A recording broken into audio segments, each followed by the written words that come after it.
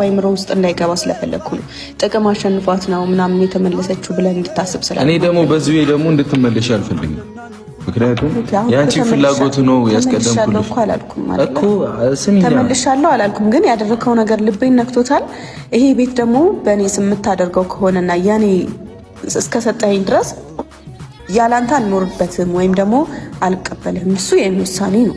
እኔ ደግሞ እዛ ቤት ውስጥ አንቺ ጋር አልኖርም። እኔ ላንቺ ስጦታ መስጠት ፈልጌ ነው። ለራሴ ቃል የገባሁት ነገር ነበር። እንደዛ ከሆነ እዛ ስም አዙረክ ምናምን በስሜ አድርገህ ያንን ወረቀት ይዤ እኔ የኔ ቤት ነው ምናምን ነገር ብዬ እንትን አለለም እንደማልቀበል ማወቅ አለብህ። እሱን ከዛ ከሆነ ማትፈልጊው ከሆነ ደግሞ ራሱን ቤት ሸጬው ወደ ራስሽ አካውንት ነው ያስገባዋል። እዛ እንደፈለግሽ ማድረግ ትችያለሽ። ሲቀጥል ደግሞ እንዳይባልም በቃ ሌላ ነገር አንወራራ። እኔ እዛ ቤት ውስጥ አልኖርም። እኔ ራሴ አላማ አለኝ፣ የራሴ የሆነ ነገር አለኝ። ሃይሚ አንድ ነገር እንድታረጊልኝ እፈልጋለሁ። ነገ ላገኝሽ እፈልጋለሁ። ነገ እፈልጋለሁ አንቺን ላገኝሽ። የራሴ ምክንያት አለኝ።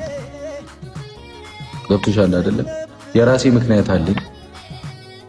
በቃ ሁሉንም ነገር ከመጨራረሴ በፊት በቃ ወደ ራሴ ነገር ከመግባቴ በፊት ነገ እፈልግሻለሁ። እዛ ቀን ላይ ነገ የምፈልግሽበት ምክንያት ደግሞ እዛ ቦታ ላይ አንቺ እንድትገኝ ስለምፈልግ ነው። ለምን? ያ እሱ የራሴ ምክንያት ስላለኝ ነው። እኔ በዚህ ሰዓት ሌላ ሰው መቀበል አቅም የለኝም። አይ እንደዛ አይደለም ማለቴ አልችልም። ከዚህ በላይ መልካምነትህን አልችልም።